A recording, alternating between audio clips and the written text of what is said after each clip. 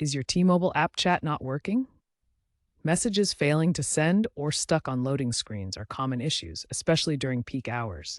This is often due to app glitches, network problems, or software conflicts. First, force close and restart the T-Mobile app. Then, check your internet connection. A stable Wi-Fi or cellular signal, at least 3G, is essential. Ensure you're using the latest app version from the App Store or Google Play, as updates often include bug fixes.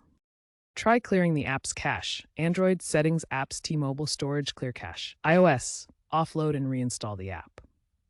Finally, log out and back into the app to reset your chat session.